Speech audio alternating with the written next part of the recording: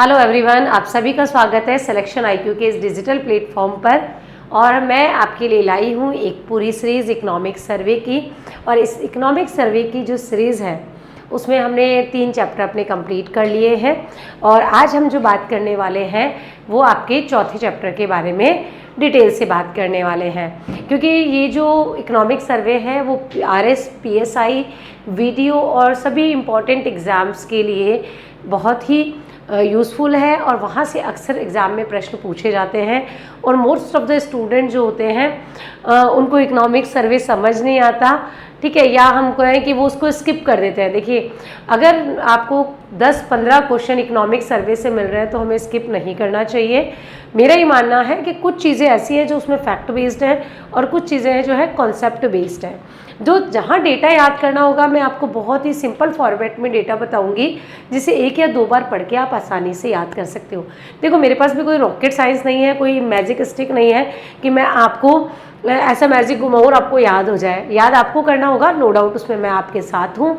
तो मैं डेटा को बहुत ही इजी फॉर्मेट में, इजी एनालिसिस के साथ आपको बताऊंगी जहाँ से प्रश्न पूछे जाते हैं, और बाकी हम पूरा कॉन्सेप्ट पे बात करेंगे यहाँ पर, ठीक है। तो डरने वाली बात नहीं है। इकोनॉमिक सर्वे ये जो क्लासेस है वो स्पेशली मैं लाई इसलिए रही हूँ कि आपको कॉन्सेप्ट और डेटा बहुत अच्छे से आसानी से याद हो जाए, क्योंकि इतना बड़ा डॉक्यूमेंट जो इकोनॉमिक सर्वे वो 2024-25 है राजस्थान का, वो आसानी से याद नहीं होता है। तो 3 चैप्टर बहुत अच्छे से हम कर चुके हैं, मज़ेदार ज़बरदस्त तरीके से। और अब हम बात करते हैं नेक्स्ट चैप्टर की, जो कि है अध्याय 4।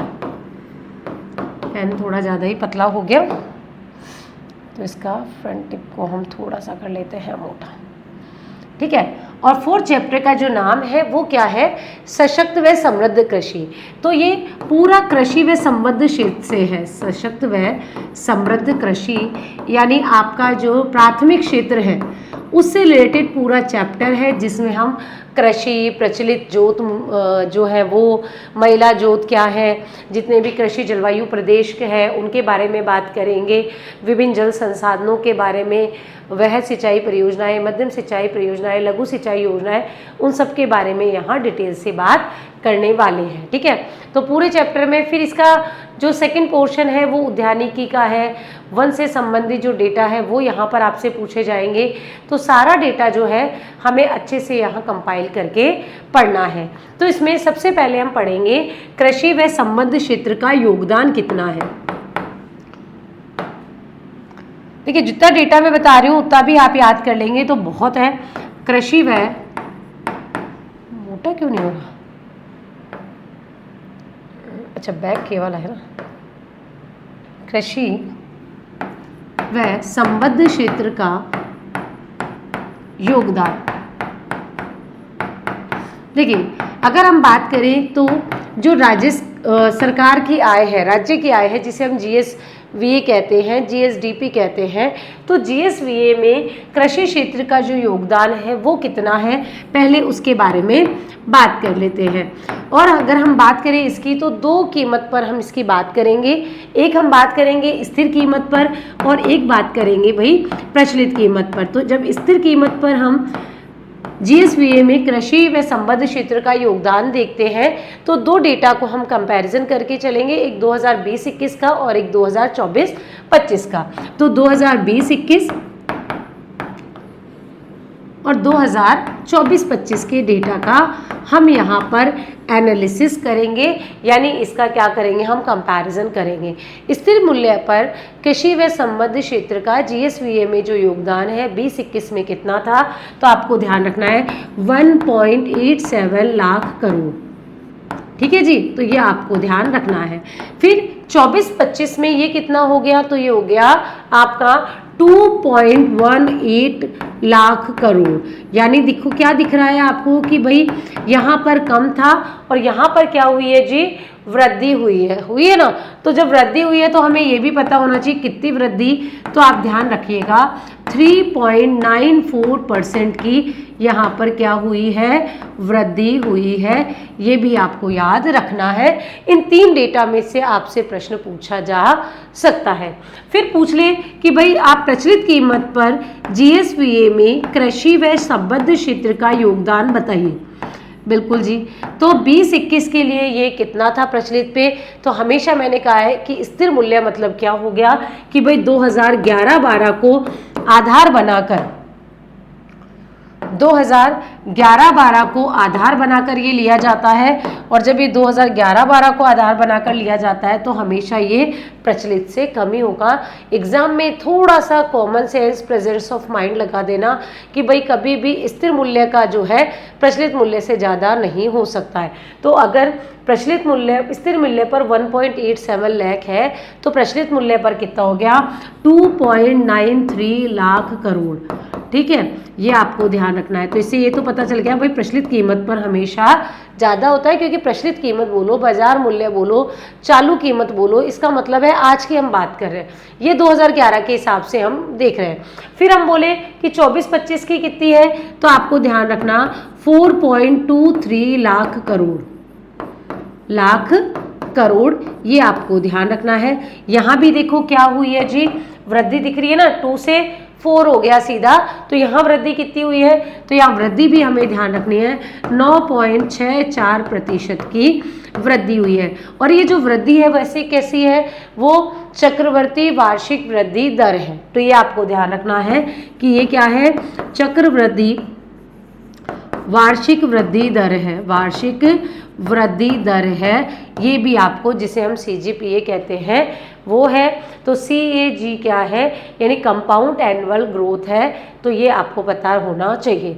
तो ये आपसे सीधा डायरेक्टली पूछा जा सकता है ये डेटा से क्वेश्चन इसके अकॉर्डिंग। ठीक है, फिर हम बात करें, ये तो हो गई देखो कीमत के हिसाब से योगदान, लेकिन अगर आपसे परसेंटेज में पूछ ले तो भी आपको पता होना चाहिए कि GSVA में कृषि क्षेत्र का योगदान कितना है। तो GSVA में कृषि क्षेत्र का योगदान, GSVA में कृषि क्षेत्र का योगदान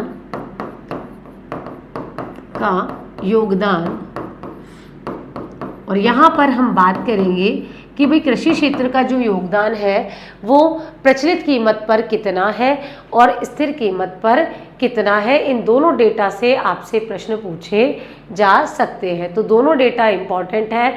अगर पूछ ले भाई कि प्रचलित कीमत पर कितना है, ठीक है, तो प्रचलित कीमत, बाजार कीमत एक ही बात है, या चालू कीमत, करंट प्राइस एक ही बात है। ठीक है, तो ये कितना है भाई 16.92% है, यानी 16 नहीं है, 26 है, 16 है ना, 26.92% है प्रचलित कीमत पर। मैंने बोला था स्थिर कीमत पे हमेशा कम होगा, तो यहाँ पर स्थिर कीमत पर कितना हो गया, तो स्थिर कीमत पर ध्यान रखिएगा, तो ये भाई 26.54% है। तो 26.54% है, इसको आप स्टार मार्क कर ले। यहाँ से डेफिनेटली प्रश्न पूछा जाता है कि GSVA में कृषि क्षेत्र, उद्योग क्षेत्र या सेवा क्षेत्र का योगदान कितना है।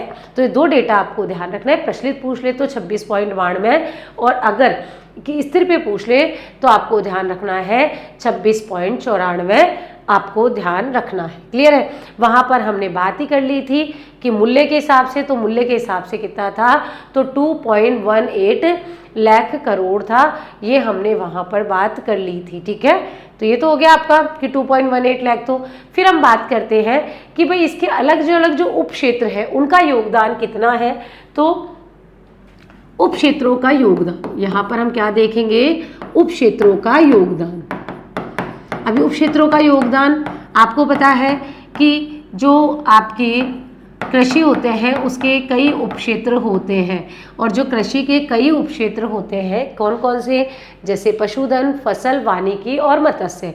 तो सबसे ज़्यादा जो योगदान है पहले नंबर पर वो है पशुधन का, यानी कुल कृषि से जितनी भी हमें आय होती है उसमें पशुधन का जो योगदान है वो कितना है। तो आप ऐसे ध्यान रख लेना कि भैया 46.77 है, 46.77% है, यानी 100% आय में से 46 जो है वो तो पशुधन की ही है। अगर इसे अमाउंट में आपसे पूछ ले तो अमाउंट में भी ध्यान रख लेना, और वो है 1.9 लाख करोड़। लाख को मैं एल से लिख रही हूँ, करोड़ को CR से लिख रही हूँ, समझ में लेना। ठीक है, फिर हम बात करें कि दूसरा क्या है, तो भाई दूसरा महत्वपूर्ण क्षेत्र है फसल, और फसल का जो योगदान है लगभग 46%, ये थोड़ा सा अंतर है, तो यहाँ 46 साथ साथ था या 46 एक साथ है। तो बहुत अच्छा से याद आएगा ना फसल के साथ आपको, कि कृषि के साथ फसल होती है, तो आपको ध्यान रखना 46 एक साथ है, ठीक है। 46 एक साथ फसल है और 46 साथ साथ पशुधन है। और अगर पूछ ले भाई पैसे में, तो 1.95 लाख करोड़ है, ये आपको अमाउंट में भी ध्यान रखना है। अगला क्या पूछा जा सकता है, तो तीसरे नंबर पर पूछा जा सकता है भाई आपको वानिकी, और वानिकी का जो योगदान है वो 6.56% है। 5 6 5 6 5 6 5 5 6 5 6 6 5 6 याद हो जाएगा। फिर मत्स्य का चौथे नंबर पे आ जाएगा, और मत्स्य का जो योगदान है ये ध्यान रखना ये 1% से भी कम है, तो कितना है 0.54% है।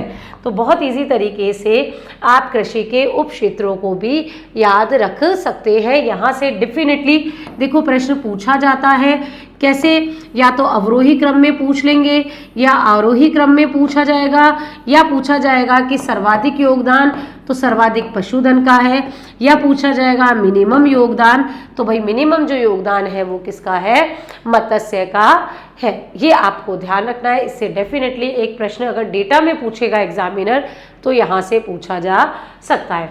अब पशुधन में भी हम बात करें तो सकल एक उत्पाद होता है। पशुधन से हमें क्या मिलता है, उत्पाद मिलता है ना, क्या मिलता है, दूध मिलता है पशु से, मांस मिलता है, पोल्ट्री वगैरह मिलती है। तो ये सारी चीज़ें हम किससे मिलती है, हमें पशुधन से मिलती है। तो इसे हम क्या कहते हैं, सकल मूल्य उत्पाद। तो सकल मूल्य उत्पाद की यदि हम बात करें तो इसमें सबसे ज़्यादा योगदान किसका है, तो आपको ध्यान रखना है सबसे ज़्यादा योगदान है दूध का। तो सबसे ज़्यादा हमें दूध मिलता है, और दूध कितना जी, 80.17%। कितना जी, 80.17%। फिर दूसरा आप ध्यान रख लेना पोल्ट्री मांस, और पोल्ट्री मांस जो है वो लगभग हमें कितना मिलता है, तो वो भी आपको ध्यान रखना है 12%, ठीक है। तो 12.80%। तो अब आप देख लो 90-92 में तो लगभग यही हो गया, तो इसको भी आपको ध्यान रखना है। यहाँ से भी जो है आपसे प्रश्न पूछा जा सकता है। फिर एक और चीज़ हमें मिलती है पशुओं से, और वो मिलता है अंडा। तो अंडे का भी ध्यान रख लेना, और अंडा जो है मांस से आधा ही होता है, तो ये हो गया 6.41%, ठीक है। तो ये ध्यान रख लेना, ये डेटा है। यहाँ से आपसे प्रश्न पूछा जाएगा, और ये तो बहुत ही इंपॉर्टेंट है, ये तो रटा होना चाहिए, बेसिक चीज़ है बिल्कुल। तो आपको प्रचलित कीमत पर, स्थिर कीमत पर जीएसवीए में कृषि क्षेत्र का योगदान ध्यान रखना है 26.92% और 26.54%। फिर कृषि के उप क्षेत्रों में सर्वाधिक पशुधन का है 46.77, और फिर मत्स्य का सबसे कम है 0.54। पशुधन उत्पाद में भी सकल मूल्य उत्पाद कितना है, तो दूध का सबसे ज़्यादा है 80%, पोल्ट्री मांस का है 12%, अंडे का है 6.41%। तो यहाँ से भी आपसे प्रश्न पूछा जा सकता है, इसको भी आपको क्या रखना है, ध्यान रखना है। फिर अब बात करते हैं भूसांख्यिकी के बारे में, जहाँ से डेटा से प्रश्न पूछा जा सकता है। भूसांख्यिकी कि भाई हमारे पास जो पूरी भूमि है, उस पूरी भूमि में से किस प्रकार की भूमि कौन कौन सी है, ये हम बात करेंगे। तो भू उपयोग सांख्यिकी, अच्छा उपयोग खा गए, देखो कभी कभी हो जाता है, तो आप में से कई बच्चों के कमेंट्स भी आते हैं, इतना सारा डेटा याद होना और फिर उसको आपको समझाना इजी वे में। तो हम भी आपके जैसे ही हैं, स्टूडेंट ही है, तो थोड़ा सा कई बार हो जाता है, लिखा नहीं है, बोल दिया है, तो ध्यान रखें, ठीक है। भू उपयोग सांख्यिकी में हम 2023-24 की रिपोर्ट के हिसाब से बात करेंगे। सबसे पहले हम देखेंगे कि हमारे पास पूरी भूमि है कितनी भाई। तो राज्य की कुल अभिलेखित भूमि, राज्य की कुल अभिलेखित भूमि, कुल अभिलेखित भूमि, अभिलेखित भूमि या जिसे हम रिपोर्ट भूमि कहते हैं, अभिलेखित भूमि वो कितनी है, रिकॉर्ड में जो दिख रही है वो भूमि कितनी है। तो आपको ध्यान रखना है 342.74 लाख हेक्टेयर, 342.74 लाख, और वो भी किस में आती है, भूमि का मापन होता है हेक्टेयर में। तो आपको ध्यान रखना है हेक्टेयर। वन लाइनर में छोटे एग्जाम में ये भी अपने आप में एक प्रश्न बन जाता है कि राज्य में कुल अभिलेखित भूमि कितनी है। फिर अब इसका करेंगे बाइफिक्रेशन कि भाई मेरे पास जो है 342.74 लाख हेक्टेयर भूमि है।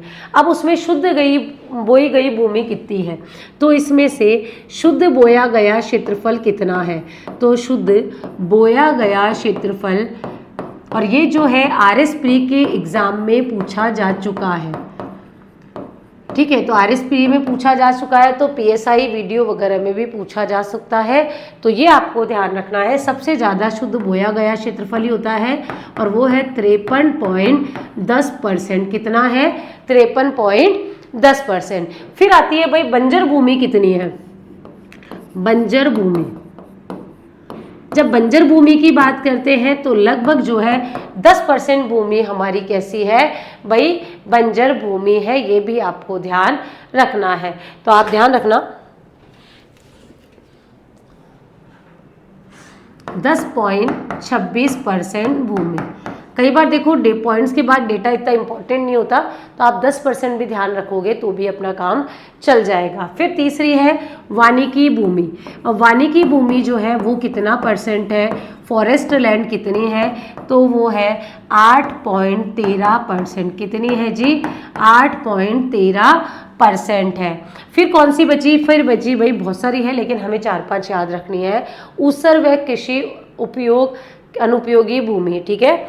ऊसर व कृषि अनुपयोगी भूमि यानी जिसपे कृषि नहीं हो सकती, वह कृषि अनुपयोगी भूमि, अनुपयोगी भूमि, अनुपयोगी भूमि। तो जो कृषि के लिए उपयोगी भूमि नहीं है, जो ऊसर भूमि है, उसका परसेंटेज 6.89% है। 6.89% है, ये ध्यान रखिएगा। एक और लास्ट में देखते हैं कृषि के अतिरिक्त अन्य उपयोगी भूमि, जो कृषि के अलावा अन्य यूज की जाती है। तो कृषि के अतिरिक्त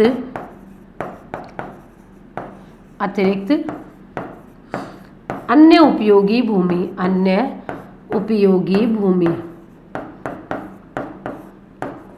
की भूमि, यानी कृषि के अलावा जो है इसका हम क्या करते हैं, अन्य उपयोग करते हैं। और ये अन्य उपयोगी भूमि कितनी है, तो ये ध्यान रख लेना, ये है आपकी 5.93%। कितनी है जी?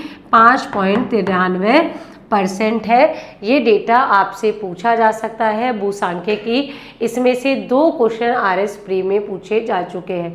एक बंजर भूमि वाला पूछा जा चुका है और एक शुद्ध बोया गया क्षेत्रफल पूछा जा चुका है ना। तो अपने को भी उसके अकॉर्डिंग ही ध्यान रखना है कि वहाँ पूछा जा चुका है, तो अपने से भी डेटा में, अब इसमें देखो डेटा ही है, 1-2 बार पढ़ोगे तो आपको आसानी से याद हो जाएगा, ठीक है। फिर हम बात कर लेते हैं प्रचलित जोतों के बारे में। प्रचलित जोत, जोत क्या होती है पहले ये समझें।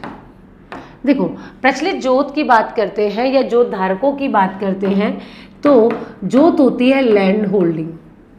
लैंड होल्डिंग यानी जो आपके खेत का टुकड़ा है उसको हम क्या कहते हैं, उसको कहते हैं हम लैंड होल्डिंग। क्या कहते हैं उसको? लैंड होल्डिंग कहते हैं। ये आपको ध्यान में रखना है। तो लैंड होल्डिंग कितनी है ये आपसे पूछा जा सकता है, या उसका क्षेत्रफल आपसे पूछा जा सकता है यहाँ पर। तो ये आपको बहुत अच्छे से याद होना चाहिए, ये डेटा से आपसे डेफिनेटली जो है प्रश्न पूछा जाएगा। तो प्रचलित जोतों की हम बात कर रहे हैं, तो यहाँ पर कृषि गणना के आधार पर ये डेटा हम याद करेंगे। और जो कृषि गणना है वो कब की है, तो कृषि गणना 2015-16 को यहाँ पर बेस बनाया गया है।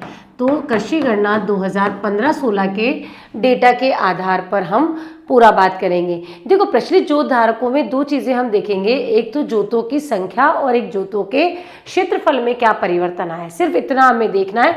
और इसका कंपैरिजन करेंगे 10-11 के डेटा से। तो कुल जोतों की संख्या, कुल जोतों की संख्या, जोतों की संख्या, और इसमें एक डेटा हम लेंगे 2010-11 का, और एक जो डेटा है वो हमारे पास होगा 15-16 का, और उसके बाद हम देखेंगे कि भाई इसमें ट्रेंड क्या आया, कम हुई या ज़्यादा हुई, क्या हुई। तो अगर हम कुल जोतों की संख्या बोले कब जी, 2010-11 में, तो 10-11 में कुल जोतों की संख्या कितनी थी, तो आपको संख्या ध्यान रखनी है, और वो कितनी थी, तो वो थी 68.88 लाख। ठीक है, तो आपको कितनी ध्यान रखना है, 68.88 लाख। देखो मैंने हेक्टेयर नहीं लगाया क्योंकि ये संख्या है, कई बार हम क्या जल्दीबाजी में गलती कर देते हैं, ये संख्या है तो संख्या में हेक्टेयर लगाने की जरूरत नहीं है। 2015-16 में ये कितनी हो गई, तो 15-16 में यदि हम बात करें तो ये बढ़ गई, और बढ़कर कितनी हो गई, 76.55 लाख। यानी इसमें क्या हुई है जी, वृद्धि हुई है। जब वृद्धि हुई है तो हमें ये भी पता होना चाहिए कि कितने % की वृद्धि हुई है। तो हम ध्यान रखेंगे यहाँ पर कि 11.14% की हुई है जी वृद्धि, ये ध्यान रखिएगा, यहाँ से प्रश्न पूछा जा सकता है। फिर हम बात कर लेते हैं जोतों के क्षेत्रफल की बात। अगर यहाँ पर एक डेटा आपको और ध्यान रखना है कि सभी जोतों की संख्या में क्या हुई है, कुछ में वृद्धि हुई है, लेकिन अगर हम बात करें तो कुछ में कमी भी हुई है, ये भी आपको ध्यान रखना है। फिर कुल जोतों का क्षेत्रफल देखना, कुल जोतों की संख्या और कुल जोतों का क्षेत्रफल, और कुल जोतों का क्षेत्रफल जो है वो 2010-11 की हम बात करते हैं, तो भाई 10-11 में कितना था, तो 10-11 में वो कितना था, तो 10-11 का आपको डेटा याद रखना है क्षेत्रफल का, और क्षेत्रफल का डेटा कितना है, तो 211 पॉइंट है वो, तो 211.36 लाख हेक्टेयर, हेक्टेयर। अब आप बोलेंगे हेक्टेयर क्यों लगाया जी मैम, क्योंकि जी ये क्या है, क्षेत्रफल है। एक तो मैं बोल रही हूँ भाई खेत है, ये इसे जोत कहते हैं। अब एक तो मैं बोलूँ उसकी संख्या तो 1 2 3 4 5 होगी, एक मैं बोलूँ उसका क्षेत्रफल, तो भैया क्षेत्रफल तो हेक्टेयर में निकालोगे ना। तो ये दोनों चीज़ें क्लियर करके चलना कि जोतों का क्षेत्रफल पहले कितना था, तो आपका 10-11 में था 211.36। ठीक है, फिर 2015-16 में कितना है, तो आपको ध्यान रखना है कि ये है 208.73 लाख हेक्टेयर,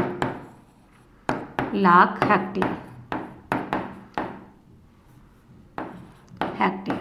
ठीक है, तो ये आपको डेटा याद रखना है। फिर एक देखो आपको दिख रहा होगा कि यहाँ ज़्यादा थी, यहाँ क्या हो गया, कम हो गया, यानी क्या हुई है, कमी। अब कमी हुई है तो ये भी पता होना चाहिए कितने, तो 1.24% की यहाँ पर हुई है जी कमी। ये दोनों डेटा आपसे पूछे जा सकते हैं। फिर एक डेटा ये भी पूछा जा सकता है कि राज्य में जोतों का औसत आकार कितना है, ये भी आपसे पूछा जा सकता है कि राज्य में जोतों का औसत आकार कितना है, औसत आकार कितना है। और अगर औसत आकार की बात करें तो ये है 2.73, आपको ध्यान रखना है कितना है जी, 2.73 है। ठीक है, तो 2.73 हेक्टेयर है, लाख नहीं है, ध्यान रखना। ठीक है, तो लाख नहीं है, और ये डेटा आपको याद होना चाहिए, इंपॉर्टेंट है। और पहले कितना था, तो पहले 3.07 था। ठीक है, तो अगर 10-11 में बोल दे वही, तो 10-11 में कितना था, तो यहाँ पर 3.07 हेक्टेयर था। यानी इसमें भी क्या हुई है जी, कमी हुई है। और कमी कितने की, तो लगभग 11% की यहाँ पर कमी हुई है। तो यहाँ पर भी कमी हुई है। तो एक अगर स्टेटमेंट आपको दे दे, देखो कई बार स्टेटमेंट दे दिए जाते हैं आरएस में और पीएसआई में कि राज्य की जोतों के औसत आकार में कमी हो रही है। बिल्कुल हुई है।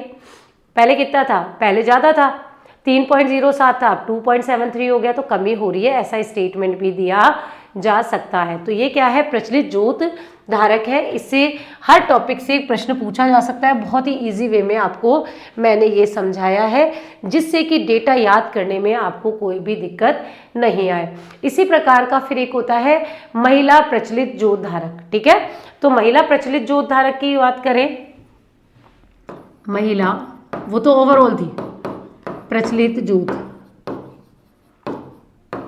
अब यहाँ पर भी दोनों ही चीजें देखेंगे, एक संख्या के बारे में बात करेंगे और एक हम बात करेंगे किसके बारे में, तो एक हम बात करेंगे क्षेत्रफल के बारे में। तो जोतों की संख्या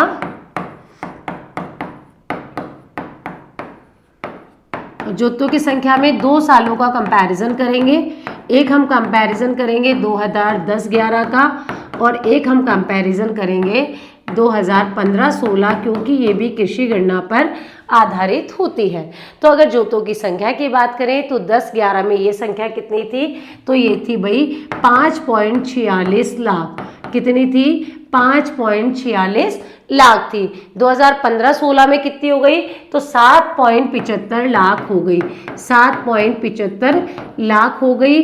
तो ये आपको ध्यान रखना है कि क्या दिख रही है जी, तो ग्रोथ दिख रही है। क्या हो रही है जी, ग्रोथ हो रही है। और ग्रोथ कितनी हो रही है, तो ग्रोथ भी ध्यान रखना, लगभग 41% ग्रोथ, तो बहुत ज़्यादा ग्रोथ हुई है। तो लगभग 41% जो है यहाँ पर वृद्धि हुई है महिलाओं की जोतों की संख्या में। ठीक है, फिर हम बात कर लेते हैं जोतों के क्षेत्रफल के बारे में। और जोतों का जो क्षेत्रफल है वो कितना था, तो 2010-11 की बात कर लेते हैं। तो 10-11 में ये कितना था, तो ये था 1330 लाख हेक्टेयर। 1330 लाख हेक्टेयर था। 1330 लाख हेक्टेयर था। और फिर 2015-16 में ये कितना हो गया, तो ये 16 हो गया। कितना हो गया जी, 16.55 लाख हेक्टेयर हो गया है। 16.55 लाख हेक्टेयर, यानी यहाँ क्या दिख रही है, हमें वृद्धि दिख रही है। तो 13 से कितना हो गया जी, 16 हो गया। तो यहाँ पर क्या हुई है, वृद्धि। और वृद्धि कितनी हुई है, तो इसमें भी 24.44% की वृद्धि हुई है। आपको ध्यान रखना है। तो ये दोनों डेटा इंपॉर्टेंट है, इससे प्रश्न आपसे पूछे जा सकते हैं। ठीक है, तो प्रचलित जोत भी ध्यान याद रखनी है और महिला जोतों की संख्या भी आपको ध्यान रखनी है। क्लियर है। फिर हम बात कर लेते हैं कि राजस्थान में कृषि जलवायु प्रदेश, राज्य में कृषि जलवायु प्रदेश। और देखो छोटे एग्जाम में तो यहीं से प्रश्न बन जाता है कितने हैं, कृषि जलवायु प्रदेश। भाई आरएस और पीएसआई में तो थोड़े से मतलब स्टेटमेंट वाले क्वेश्चन होते हैं और इनकी संख्या है 10। तो राज्य में कुल जो है आपके कृषि जलवायु प्रदेश जो है वो कितने हैं, तो वो है 10। अब एक एक का नाम और एरिया थोड़ा सा देख लेते हैं, क्योंकि अगर आरएस मुख्य परीक्षा में भी ये पिछले 5 इकोनॉमिक सर्वे में मेंशन है, एक बड़ा क्वेश्चन 10 मार्कर पूछ लिया जाता है तो हमारे लिए बहुत अच्छा है। तरीका वही है याद करने का, 3 ए वाले 3 हैं, बी वाले 2 हैं, 3 वाले फिर बी हैं, फिर 4 वाले फिर 2 हैं और एक 10 वाला है, 5 वाला है। तो ऐसे याद करेंगे 1 2 3 4 5 6 7 8 9 और 10। लो जी, तरीका याद करवा रही हूँ। ठीक है, फिर ए 1 का ही बी और 1 का ही सी। ठीक है, तो 3 तो हो गए 1 वाले, एक ही बार 1 के ही 3 होंगे, फिर बी वाले भी 2 होंगे और 2 वाले भी बी होंगे, 2 वाले भी 2 होंगे, ए और ये हो गया जी 2। फिर 3 वाले भी ए और 3 वाला भी बी, फिर 4 वाला भी ए और फिर 4 वाला भी बी। ठीक है, और फिर 5 वाला ए। याद हो गया, ये 3 याद रखना है, फिर 2 2 2 और 1। एक तरह से तो याद हुआ। अब मैप के अकॉर्डिंग चलना, एक एक करके याद आसानी से होगा। देखो पहला अपना शुष्क पश्चिमी मैदानी क्षेत्र, शुष्क पश्चिमी मैदानी क्षेत्र, शुष्क पश्चिमी मैदानी क्षेत्र। और आपको पता है शुष्क पश्चिमी मैदानी प्रदेश क्षेत्र। ठीक है, तो ये एक तो पहला यही हो गया। तो इससे अपनों ने कहाँ से चले, अपन पश्चिम से चल रहे हैं। ठीक है, फिर यहाँ पर कौन कौन से आ जाते हैं आपको पता ही है। जोधपुर, पहले जोधपुर ही था, अब फलोदी भी हो गया, फिर जैसलमेर ही था, अब बालोतरा भी हो गया। तो इसमें जोधपुर आ जाएगा। अब जोधपुर आ गया तो फलोदी भी इसी का पार्ट था। अब नया जिला बन गया है तो फलोदी ध्यान रख लेना। पहले जैसलमेर था, अब इसके साथ बालोतरा भी और जोड़ लो, बालोतरा। ठीक है, ये दोनों नए जिले हैं, बालोतरा और फलोदी। तो एक हो गया। फिर उसे थोड़ा सा आगे आएंगे तो उत्तर पश्चिमी सिंचित क्षेत्र आ जाएगा। उत्तर पश्चिमी, ये तो बिल्कुल पश्चिमी था, ये उत्तर पश्चिमी सिंचित क्षेत्र आ जाएगा, जिसमें सिंचाई नहरों से होती है, सिंचित क्षेत्र। और आपको पता ही है ये सिंचित क्षेत्र वाला इलाका जहाँ IGNP आई थी, तो तो दोनों ही पता है, ठीक है। और ये भी मैदानी क्षेत्र है, तो सिंचित मैदानी क्षेत्र। और यहाँ पर भी आपको 2 जिले ध्यान रखने हैं, एक ध्यान रखना है गंगानगर और एक ध्यान रखना है जी हनुमानगढ़। तो दोनों याद हो जाएंगे क्योंकि IGNP का यहीं पर है, सैम की समस्या भी यहीं पाई जाती है। थोड़ा सा और आ जाएंगे तो आंशिक सिंचित क्षेत्र आ जाएगा, ठीक है। तो अति शुष्क,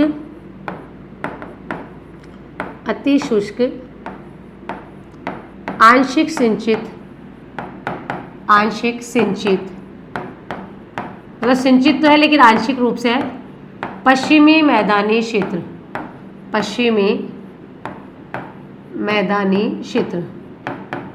मैदानी क्षेत्र। और ये जो क्षेत्र है वो कौन सा है, तो आपको पता ही होगा, ये वही बीकानेर, जैसलमेर और थोड़ा सा चूरू वाला पार्ट। तो बीकानेर, जैसलमेर और चूरू, बीकानेर, जैसलमेर, चूरू में, और थोड़ा सा आप ले लेंगे इसमें चूरू वाला क्षेत्र, तो चूरू भी लिख ले यहाँ पर, चूरू, और चूरू आता है शेखावाटी में, ठीक है। अब ये तो हो गए ABC, तो पूरा पश्चिम वाला एरिया कवर हो गया। अब पश्चिम के बाद आ जाता है वही अंतःस्थलीय प्रवाह वाला क्षेत्र, तो इसे अंतःस्थलीय, तो अंतःस्थलीय जल उत्सरण वाला, क्योंकि जल का उत्सरण होता है ना, जहाँ सब वही नदियाँ पाई जाती है, अंत जो वाली होती है, ठीक है। लेकिन वो क्या है, मैदानी क्षेत्र ना, के अंतर्वर्ती मैदान। और देखो इसमें कौन कौन से आते हैं, तो आपका सीकर आएगा, पहले नीम, अगर नीम का थाना होता तो नीम का थाना भी आता, लेकिन अभी किसमें कौन से आ जाएंगे, सीकर आ जाएगा, झुंझुनू आ जाएगा, एक आपका डीडवाना आ जाएगा, कुचामन आ जाएगा, नागौर आ जाएगा, ये सब इसमें शामिल हो जाएंगे। तो हम ये वाले क्षेत्र में आ गए, जो ऊपर वाला आ गया। अब ऊपर वाले में तो सारे में सीकर, झुंझुनू, डीडवाना आ गया, नीचे वाला लूणी वाला मैदान बच गया। तो इसमें क्या लिखना है, लूणी नदी का अंतर्वर्ती मैदान, लूणी नदी का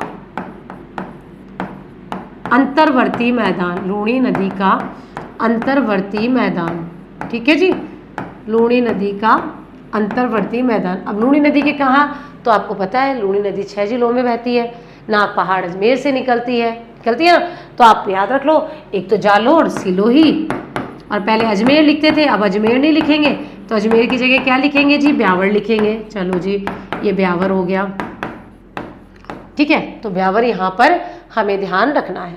फिर ये सारा पेज तो हो गया। अब बीच वाला क्षेत्र बचा अर्ध शुष्क वाला, तो अर्ध शुष्क में क्या आएगा, अर्ध शुष्क पूर्वी मैदान, अर्ध शुष्क पूर्वी मैदान में यानी पूर्वी वाला क्षेत्र आ गया आपका, कौन सा क्षेत्र है, जयपुर वाला, है ना, पूर्वी मैदान का ही तो पार्ट है, ठीक है। तो आपको ध्यान रखना है जयपुर, टोंक, अलवर, दौसा, जयपुर, टोंक, दौसा।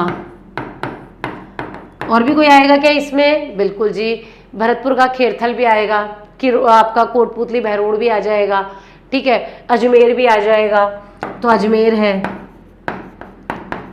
खेरथल है, खेरथल तिजारा, कोटपुतली बहरोड़ आ जाएगा, क्योंकि पहले जयपुर में ही था कोटपुतली तो, और बहरोड़ अलवर का था, अब दोनों मिलके एक जिला बना दिया गया कोटपुतली बहरोड़, तो ये भी इसमें शामिल हो जाएगा, ठीक है।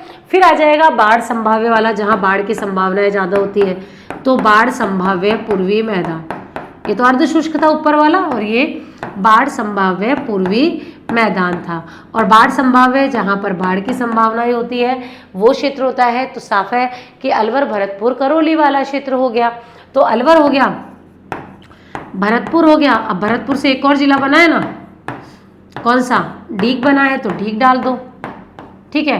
तो अलवर, भरतपुर, एक करौली इधर आएगा ही, एक इसमें सवाई माधोपुर आ जाएगा, तो सवाई माधोपुर भी इसमें डालना है हमने को, ठीक। चलो जी, फिर कौन सा बचा, तो देखो अब अगर हम बात करें तो एक प्रदेश बचा है अर्ध आर्द्र दक्षिणी मैदान, ठीक है। तो अर्ध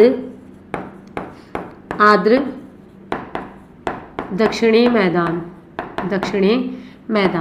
ये अर्ध आर्द्र है, ठीक है। एक इसके बाद आएंगे वो होंगे ओनली आर्द्र, ठीक है, तो वो क्या हो जाएंगे ओनली आर्द्र। तो आर्द्र दक्षिणी मैदान, आर्द्र दक्षिणी मैदान, ये तीनों साथ साथ याद करोगे तो आसानी से याद होंगे, और ऊपर वाले तीन एक साथ याद करोगे तो आसानी से याद होंगे।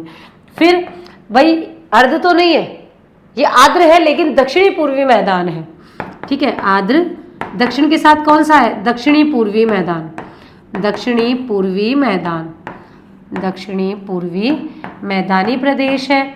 अब इसमें कौन से आते हैं, तो भाई देखो ये सबसे लास्ट वाला जो है वो तो हाड़ौती वाला क्षेत्र है, उसको आप हाड़ौती के ध्यान रखें कि भाई ये तो क्या है, हाड़ौती। अब इसकी बात कर लेते हैं थोड़ा सा कि अर्ध आर्द्र दक्षिणी मैदान में कौन से आएंगे, तो आपको चित्तौड़, उदयपुर, राजसमंद, भीलवाड़ा। तो उदयपुर, चित्तौड़, राजसमंद, भीलवाड़ा, राजसमंद, भीलवाड़ा। अब बचे कौन से, अब आप खुद देख लो भाई। अगर हम देखें तो यहाँ पर सिर्फ कौन से बचे, आपका डूंगरपुर, बांसवाड़ा, प्रतापगढ़, यही तो बचे, ठीक है, तो ये तीनों इसमें आ जाएंगे। तो डूंगरपुर, बांसवाड़ा, प्रतापगढ़, और एक जिले को कैसे भूल सकते हो भाई जो नया बना है, और वो बना है सलुम्बर, सलुम्बर, ये भी आपको ध्यान रखना है। और आर्द्र दक्षिण पूर्वी में आता है आपको हाड़ौती का पठार, तो हाड़ौती के जो 4 जिले हैं, कोटा, बूंदी, बारां, झालावाड़, वो पूरे आपको इसमें ध्यान रखने हैं। देखो मैंने इसलिए ये आपको बताया है क्योंकि अगर यहाँ नहीं तो मेंस में अगर आपसे प्रश्न पूछा जाए तो आपको पता होना चाहिए, क्योंकि यहाँ से प्रश्न पूछा जा सकता है। मैं अगेन बोल रही हूँ कि ये इंपॉर्टेंट है। हो सकता है आपको लग रहा हो कि बहुत डिटेल में हम पढ़ रहे हैं इकोनॉमिक्स को, बट ये पिछले 5 इकोनॉमिक सर्वे में एज इट इज छपा हुआ मिलता है, और हर बार इससे कोई भी क्वेश्चन नहीं पूछा गया, तो हो सकता है आरएस मेंस में इससे बड़ा क्वेश्चन पूछ लिया जाए, इसलिए हमने पूरी बात यहाँ पर अच्छे से कर ली है। और इस बार कई नए जिले भी बने हैं, इसलिए भी ये इम्पॉर्टेंट हो जाता है, क्योंकि फलोदी यहाँ चेंज हुआ है, यहाँ बालोतरा चेंज हुआ है, यहाँ पर जैसे ये कुचामन डीडवाना चेंज हुआ है, यहाँ पर ब्यावर, ये खेरथल, ये सब, तो यहाँ से भी प्रश्न पूछा जा सकता है। अब ऐसा नहीं होगा क्योंकि फाइनल हो गया ये जिले, तो अब यहाँ से भी आपसे डिटेल से प्रश्न पूछा जा सकता है, ठीक है। अब राज्य में खाद्यान्न उत्पादन की बात करते हैं, ये भी डेटाबेस पे ही पूरा है, राज्य में खाद्यान्न उत्पादन, और ये पूरा डेटाबेस पर ही है, तो यहाँ से डेटा से ही प्रश्न पूछा जाएगा, इसका कोई कॉन्सेप्ट नहीं है। खाद्यान्न में आप सब जानते हो 3 प्रकार की फसलें होती है, खरीफ, रबी, ठीक है, और जायद, ये सब आपको पता है। इसमें ये भी पता है दलहन होते हैं, तिलहन होते हैं, कपास होता है, गन्ना होता है, व्यावसायिक होती है कपास, गन्ना, ये सब आपने ज्योग्राफी में पढ़ा हुआ है, तो अभी अपन उस पर बिल्कुल भी बात नहीं कर रहे हैं। अब देखो खाद्यान्न उत्पादन की बात कर रहे हैं तो 2 डेटा का हम कंपैरिजन करेंगे, यहाँ 2023-24 का और 24-25 का, ठीक है। तो ये 2 डेटा का यहाँ पर हम कंपैरिजन करेंगे, और हम यहाँ पर पहले बात करते हैं राज्य में कुल खाद्यान्न उत्पादन की। कुल खाद्यान्न उत्पादन कितना है, तो जब हम कुल खाद्यान्न उत्पादन की बात करते हैं तो एक प्रश्न आपके लिए यहीं से तैयार हो जाता है, और कुल खाद्यान्न उत्पादन 2023-24 में कितना था, तो आपको ध्यान रखना है 241.86 MLT। LMT क्या है, लाख मैट्रिक टन, एक ही जगह लिखूंगी, बाद में नहीं, बाद में आपको याद रखना है, ये है लाख मैट्रिक टन, ठीक है। तो लाख मैट्रिक टन 2023-24 में था कितना, 241.86 लाख मैट्रिक टन। फिर अगर हम बात करें कि 24-25 में कितना रहेगा, तो कितना रहेगा, तो आपको बहुत इजी है याद करना, 267.67 लाख मैट्रिक टन, ठीक है। तो ये भी आसानी से याद हो गया। तो यहाँ पर देखो आपने क्या देखा कि भाई मैम यहाँ पर क्या हो रही है जी, वृद्धि हो रही है ना वृद्धि, बिल्कुल जी वृद्धि हो रही है। कितनी वृद्धि होगी, लगभग 10% की वृद्धि होगी। एकदम डेटा याद नहीं करोगे तो भी चलेगा, तो यहाँ लगभग जो है 10% की वृद्धि हो रही है। क्लियर है, ये तो हमने बोली कुल खाद्यान्न की। सीधा ये भी पूछा जाएगा राज्य में वर्ष 2024 में कुल खाद्यान्न उत्पादन कितना अनुमानित है, और ये होगा 267.67 लाख मैट्रिक टन। ये आपको एज इट इज रटे होने चाहिए, इसमें कुछ भी कोई भी करेक्शन ऑल्ट्रेशन नहीं करना है। फिर बात कर लेते हैं खरीफ उत्पादन की। ठीक है, तो राज्य में खरीफ उत्पादन, अब देखो खरीफ में कुछ दलहन भी होती है, कुछ तिलहन भी होती है। हम पूरे खरीफ उत्पादन की बात करें 2023-24 में कितना है, तो 91.40 लाख मैट्रिक टन। ठीक है, तो 91.40 लाख मैट्रिक टन ये हो गया। फिर 2024-25 में बढ़ गया, और बढ़ के कितना हो गया, तो बढ़ के ध्यान रखना 103.71 लाख मैट्रिक टन। ठीक है जी, तो यहाँ पर भी आपको क्या दिख रही है जी, तो बोले मैम यहाँ पर भी हो रही है ग्रोथ। बिल्कुल सही है, ग्रोथ हो रही है। तो कितनी परसेंट की ग्रोथ हुई है, तो ध्यान रखना कुल में 10% हुई थी, लेकिन खरीफ में भाई 13% हुई है। कितनी हुई है, 13.47% की जी वृद्धि हुई है, ये भी ध्यान रख लीजिए। अब बात कर लो रबी की। ठीक है, तो रबी उत्पादन की बात करते हैं, तो रबी उत्पादन में आपको ध्यान रखना है कि 2023-24 में कितना हुआ है, 150.46 लाख मैट्रिक टन का उत्पादन हुआ है। तो 150.46 लाख मैट्रिक टन। फिर 2024-25 में कितना अनुमानित है, तो ये भी ध्यान रख लेना 163, क्योंकि देखो ये डेटा इंपॉर्टेंट है 24-25 का। ठीक है, तो 163.96 लाख मैट्रिक टन है। यहाँ पर भी आपको क्या दिख रही है जी, बिल्कुल मैम ग्रोथ दिख रही है, 150 से 163 हो गया। तो ग्रोथ कितनी है, तो ग्रोथ भाई जो है कितनी है, 8% है। तो 8.97% की क्या हुई है जी, वृद्धि हुई है।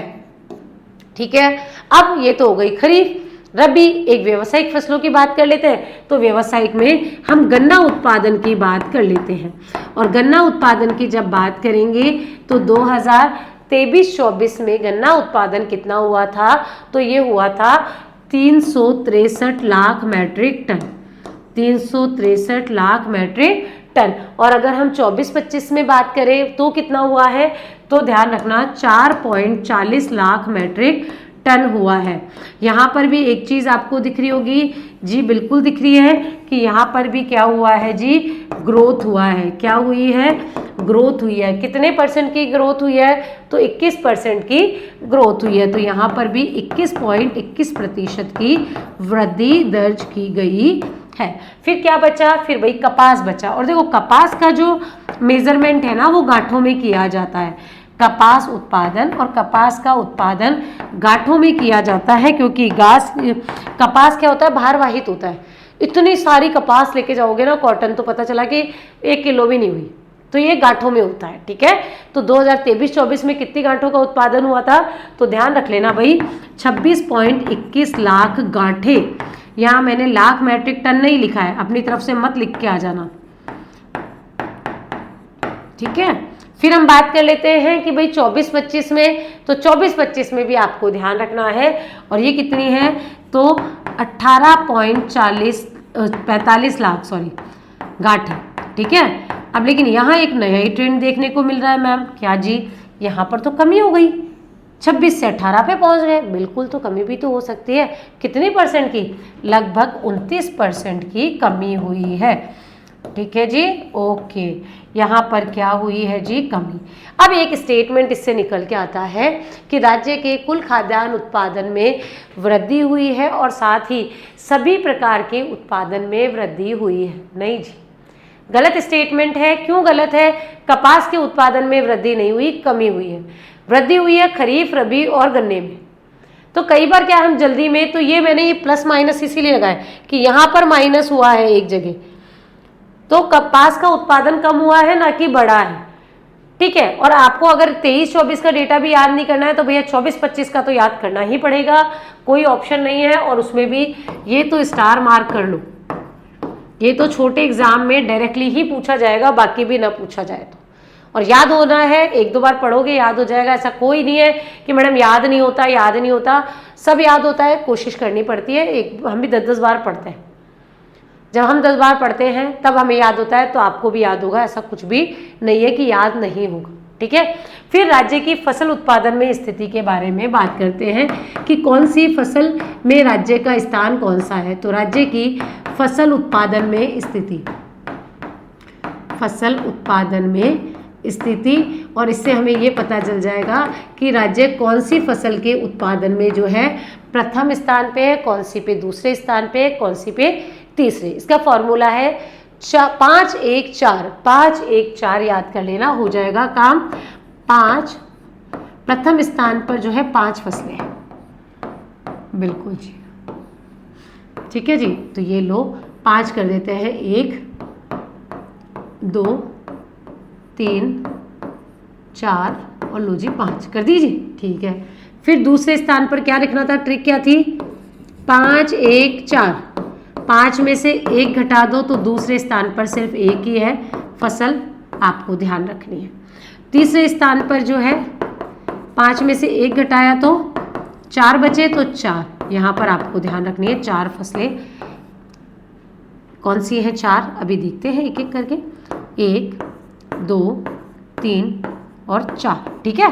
चलो जी, पहले स्थान पे सबसे पहले ध्यान रखना है किसको जी, आपको ध्यान रखना है यहाँ पर बाजरे को। अगर क्रम से जमाऊं तो सबसे ज़्यादा उत्पादन हमारा होता है गंवार का। पहले स्थान पर गंवार में हमारा देश में योगदान है। देश के कुल गंवार का जो है 90% राजस्थान में होता है। इसको गंवार है, ये खाने वाला, ये इंसान वाला जो अपन बोलते हैं ना गंवार है, वो गंवार नहीं है, ठीक है। तो 90% देश का गंवार उत्पादन राज्य में ही होता है। तो सबसे ज़्यादा तो गंवार आपको ध्यान रखना है। फिर ध्यान रखना है जी बाजरा। बाजरा कितना है, तो 46.66%, ठीक है। और बाजरे से थोड़ा ही कम है राई और सरसों। तो राई और सरसों भी इससे थोड़ा सा ही कम है। और वो कितना है, तो थोड़ा सा अंतर कितना है कि भाई 46 तो पूरा पूरा है, और 46 के साथ क्या है, 1-3 यहाँ 6 की जगह आधा कर देना, ठीक है, तो हो जाएगा अपना काम। फिर आपको क्या ध्यान रखना है, फिर कुल तिलहन ध्यान रखना है। मैंने तिलहन नहीं बोला है, कुल तिलहन। कुल तिलहन का मतलब है रबी वाले तिलहन भी और खरीफ वाले तिलहन भी, ठीक है। तो कुल तिलहन आपको ध्यान रखना है। और कुल तिलहन में जो है वो कितना है, तो 22.78% है, ये ध्यान रखना है। फिर एक कौन बच गया, फिर बच गए पोषक अनाज, ठीक है। और पोषक अनाज में आपको ध्यान रखना है कितना, तो 15.66%। कितना जी, 15.66%। तो अगर देखो परसेंटेज से पूछ ले, आरोही क्रम में पूछ ले, अवरोही क्रम में पूछ ले, गलत मत करके आना। सच्ची कह रही हूँ, दिमाग खराब हो जाएगा, गलत करके आओगे, बाद में आके चेक करोगे मैडम गड़बड़ हो गया।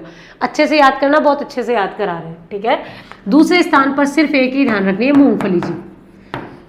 और बीकानेर में सबसे ज़्यादा मूंगफली होती है, ठीक है। इसे राजस्थान का राजकोट भी कहते हैं। ये ध्यान रखना है कितना परसेंट, तो देश की कुल मूंगफली का लगभग 18.76% जो है कहाँ होता है, तो ये बीकानेर में, राजस्थान में होता है।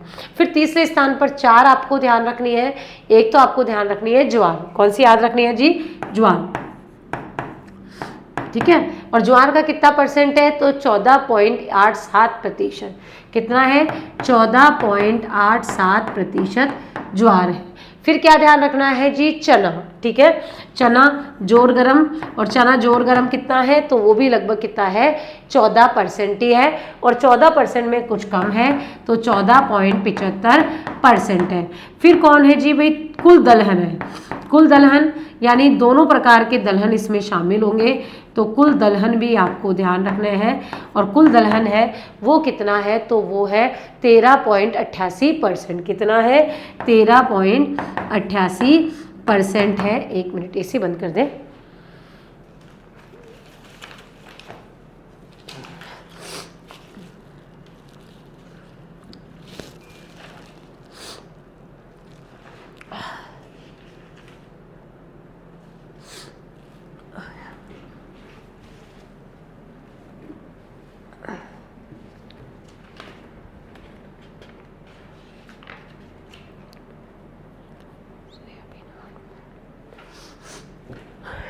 फिर हम बात कर रहे थे 3 की हमने बात की थी। अब लास्ट जो है इसमें 34वें स्थान पे वो है सोयाबीन। और सोयाबीन कितना है, तो वो है 8.5%। कितना है, 8.5% है। ये डेटा आपको पता होना चाहिए एटलीस्ट। प्रथम स्थान के तो ध्यान ही रख लेना, बाकी तो देखो 3 ज़्यादा इजी है। ये 5 याद रखना है, ये 1 और 1 4, 5 में से 1 माइनस किया तो बच्चे कितने जी 4। इस प्रकार से भी आप इसे याद कर सकते हो, ये आपको ध्यान रखना है। तो डेटाबेस वाले लगभग जो सेगमेंट था वो पूरा हो गया है। अब हम बात करेंगे कुछ कॉन्सेप्ट पे जो कि कृषि की वृद्धि के लिए ज़रूरी होते हैं। इन सबसे प्रश्न पूछे जाएंगे, मैं बता रही हूँ, ठीक है। अब अपने को लिखना है कृषि के प्रेरक तत्व। प्रेरक तत्व जो कि कृषि के विकास में इम्पॉर्टेंट होते हैं। और कृषि के प्रेरक तत्वों में सबसे पहले बात करते हैं बीज की। और देखो, अच्छे बीज होंगे तो खेती भी अच्छी होती है। और बीज के लिए हमारे यहाँ कई सारी संस्थाएं काम कर रही है। राजस्थान राज्य बीज निगम लिमिटेड, ठीक है। तो राजस्थान राज्य बीज निगम लिमिटेड, बीज निगम लिमिटेड, और इसके लिए जो है 22 बीज प्रसंस्करण इकाइयाँ कार्यरत है। बीज प्रसंस्करण इकाइयाँ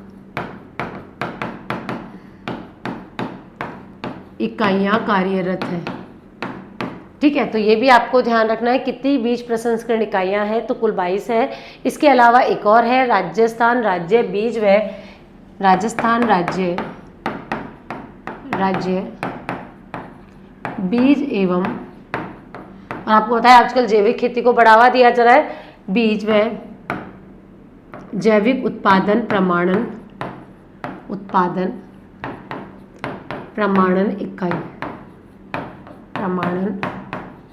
इकाई। तो ये जो संस्था है वो क्या करती है, जो बीज है या जो जैविक उत्पादन है, भाई आपने कोई भी प्रोडक्ट उगाया, अब आपने बोल दिया वो तो ये तो ऑर्गेनिक है, कैसे, तो जैविक उत्पादन प्रमाणन जो एजेंसी है वो एजेंसी क्या करती है, उसे ऑथेंटिकेट करती है कि भाई हाँ ये जो है वो आपका जैविक उत्पादन है। इसीलिए एक और योजना भी संचालित है राज्य में, मुख्यमंत्री बीज स्वावलंबन योजना।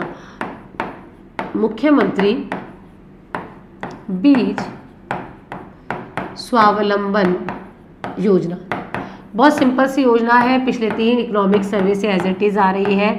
कुछ नहीं है जी, जो कई उन्नत किस्में होती हैं उनकी 10 वर्ष पुरानी किस्मों को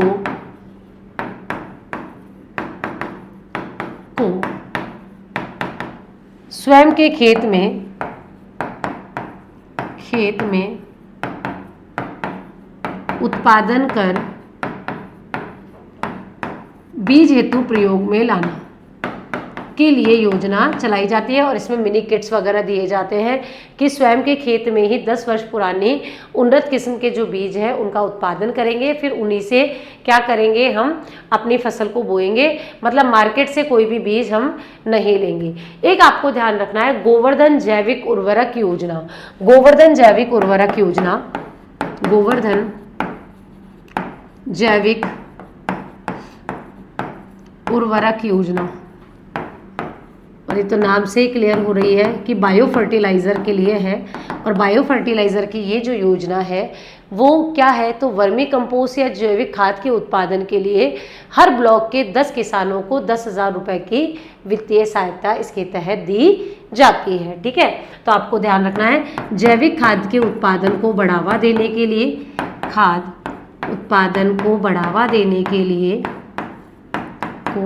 देने के लिए योजना शुरू हुई है। और इसमें किया क्या जाता है, तो भाई जो वर्मी कंपोस्ट है, कंपोस्ट केचुए की खाद जिसे हम बोलते हैं, या जो जैविक खाद है, बायो फर्टिलाइज़र है, ठीक है, कृषि अपशिष्ट से बनाया जाता है, के उत्पादन हेतु प्रत्येक ब्लॉक के, ये इंपॉर्टेंट है यहाँ, प्रत्येक ब्लॉक के 50 किसानों को 10,000 रुपये की वित्तीय सहायता दी जाती है। जहाँ इंपॉर्टेंट है, जहाँ कंफ्यूज हो सकता है, वही मैं अंडरलाइन कर रही हूँ। भाई हर ब्लॉक के 50 किसानों को 10,000 रुपये तक की वित्तीय सहायता इसके तहत दी जाएगी, ये आपको ध्यान रखना है। फिर ध्यान रखना है कृषि क्लिनिक जो सभी जिला मुख्यालयों पर खोले गए हैं। देखो फिर दिखेगा नहीं ना, इसको यूँ रखते हैं। कृषि क्लिनिक, और कृषि क्लिनिक जो होते हैं वो सभी जिला मुख्यालयों पर खोले गए हैं, सभी जिला मुख्यालय यानी जितने भी आपके डिस्ट्रिक्ट हेडक्वार्टर्स हैं वहाँ पर स्थापित किए गए हैं, पर स्थापित हैं। तो सभी जिला मुख्यालय यानी जितने जिले हैं उन जिलों के मुख्यालयों पर ये खोले गए हैं। नमो ड्रोन दीदी, ये इंपॉर्टेंट है, आरएस मेंस में भी पूछी गई थी इस बार। नमो ड्रोन दीदी, नमो ड्रोन दीदी योजना, नमो ड्रोन दीदी योजना। देखो नमो ड्रोन क्या है, तो देखो ड्रोन जो है, नमो तो आजकल सब जगह नमो नमो ही है, मोदी जी के नाम से सब नमो हो गया, तो जितनी भी योजनाएं सबके आगे नमो, अटल या दीनदयाल उपाध्याय ऐसे ही नाम यूज़ किए जा रहे हैं। तो 1000 स्वयं सहायता ग्रुपों को ड्रोन व सहायक उपकरणों की खरीद के लिए वित्तीय सहायता दी जाएगी। उन्हें जो है क्षमता निर्माण के लिए भी मदद की जाएगी, और जो ड्रोन होते हैं उनके माध्यम से क्या करेंगे, कृषि कार्य किए जाएंगे, यानी ड्रोन के माध्यम से जो उर्वरक है उनका छिड़काव वगैरह किया जाएगा, कीटनाशकों का छिड़काव वगैरह किया जाएगा। इसके लिए जो ड्रोन दीदियों को जो है ना, महिलाओं को, उनको प्रशिक्षण भी दिया जाएगा। ठीक है, तो इसमें आपको ध्यान रखना है कि 1000 स्वयं सहायता समूहों को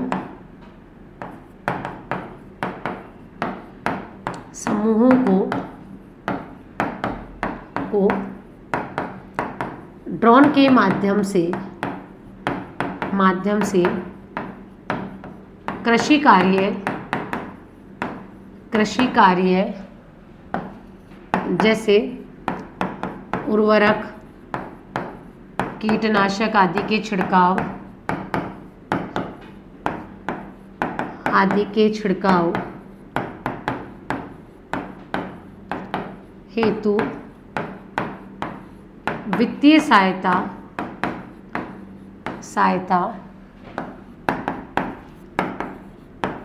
व क्षमता निर्माण कैपेसिटी बिल्डिंग में मदद की जाएगी। ये आपको ध्यान रखना है, और ये आरएस मुख्य परीक्षा में भी पूछी जा चुकी है। फिर आपसे पूछा जाए कि अगर भाई राज्य में कुल पंजीकृत सहकारी समितियां कितनी हैं, ये डायरेक्टली पूछा जा सकता है कि राज्य में कुल पंजीकृत सहकारी समितियां, राज्य में कुल पंजीकृत सहकारी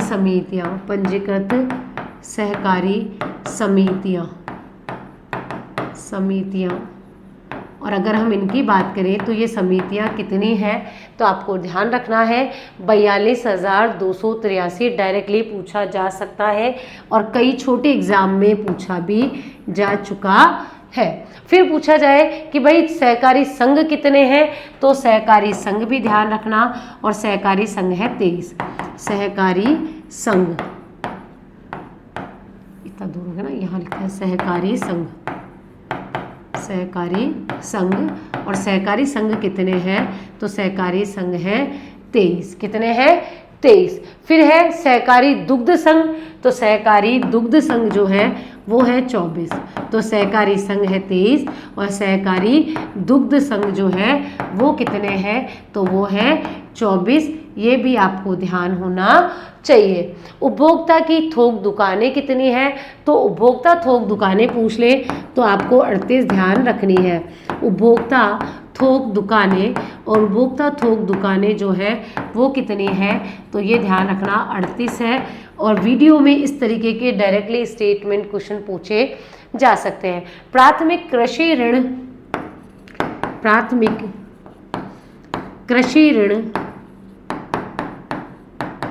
सहकारी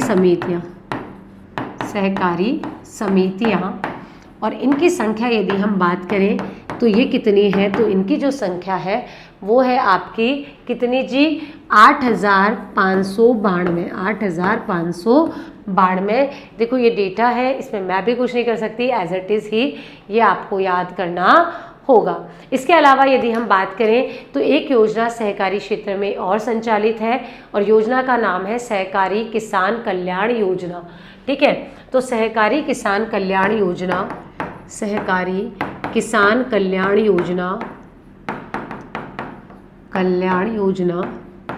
इसमें आपको 3-4 चीज़ें याद रखनी है क्या चीज़ें याद रखनी है, तो इस योजना में एक तो ये आपको ध्यान रखना है कि यह केंद्रीय सहकारी बैंक द्वारा कृषि व फसली ऋण प्रदान करने की योजना है, जिसमें 10 लाख रुपए तक का कृषि ऋण दिया जाता है। तो यह कृषि व फसली ऋण हेतु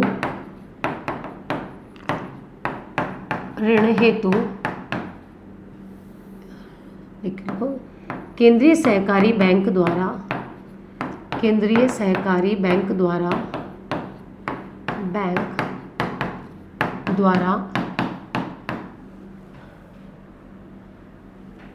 फसली व कृषि ऋण के रूप में 10 लाख रुपए। अब देखो सीधा यही पूछा जाएगा कितने रुपए की राशि दी जाती है, का ऋण प्रदान किया जाता है। तो इसमें दो ही चीज़ें याद ध्यान रखने की है, एक तो केंद्रीय सहकारी बैंक द्वारा दिया जाता है और एक कितना दिन दिया जाता है, तो 10 लाख रुपए तक का ऋण दिया जाता है। ये दो चीज़ें ही आपको ध्यान रखनी है। फिर है प्रधानमंत्री फसल बीमा योजना, और इसमें 3 चीज़ें आपको ध्यान रखनी है। प्रधानमंत्री फसल बीमा योजना, ठीक है, इसमें क्या किया जाता है भाई, फसल का बीमा किया जाता है। कटाई के बाद भी या कोई स्थानीय आपदा आ जाती है तो भी आपकी फसल क्या है, सुरक्षित रहेगी।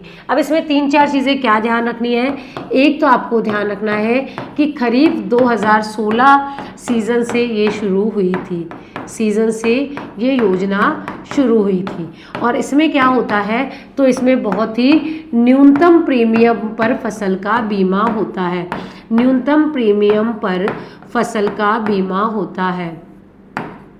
पर फसल बीमा किया जाता है। बिल्कुल ठीक है जी। कितना होता है, तो 3 आपको ध्यान रखनी है, एक रबी, एक आपको ध्यान रखनी है खरीफ और एक आपको ध्यान रखना है जी वाणिज्यिक फसलें। ठीक है, चलो 3 में अगर हम बात करें तो जो आपको प्रीमियम है, तो रबी के लिए कितनी, तो रबी के लिए 1.5% प्रीमियम किसान देगा, बाकी सरकार देगी।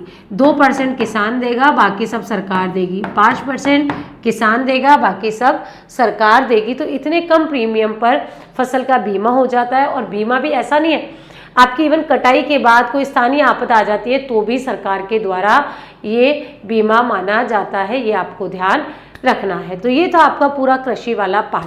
अब इसमें एक और टॉपिक है, वो आपका है जल संसाधन के बारे में इसी चैप्टर में। तो जल संसाधन की यदि हम बात करें कि राज्य में जल संसाधन की स्थिति कैसी है, ठीक है, तो यहाँ पर कुछ आंकड़े भी हैं, कुछ कॉन्सेप्ट भी है।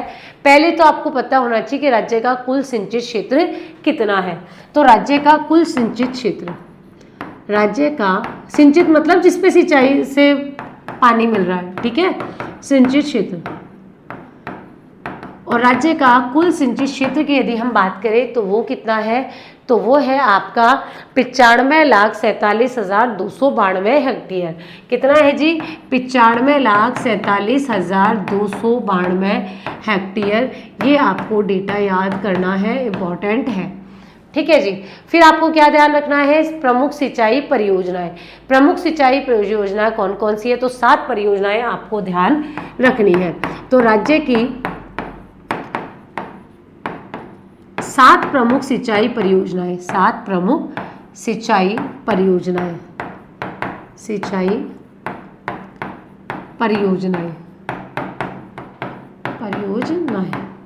अब ये 7 सिंचाई परियोजनाएं कौन कौन सी है, तो देखो पहली जो परियोजना है वो कौन सी है, तो पहली परियोजना है आपकी नर्मदा नहर परियोजना। ठीक है, तो नर्मदा, इनके बारे में डिटेल से भी बात करेंगे, पहले नाम लिख लेते हैं, नर्मदा नहर परियोजना।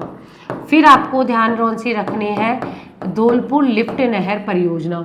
दूसरी 1-2 ही लिखती हूँ वरना फिर आप कंफ्यूज हो जाओगे। धौलपुर लिफ्ट नहर परियोजना, धौलपुर लिफ्ट नहर परियोजना, लिफ्ट नहर परियोजना।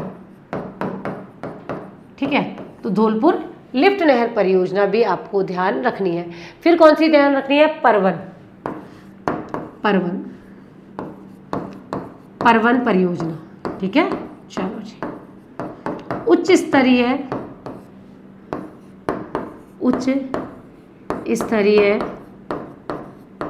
नहर, और वो भी कौन सी, माही, ठीक है, नहर माही परियोजना,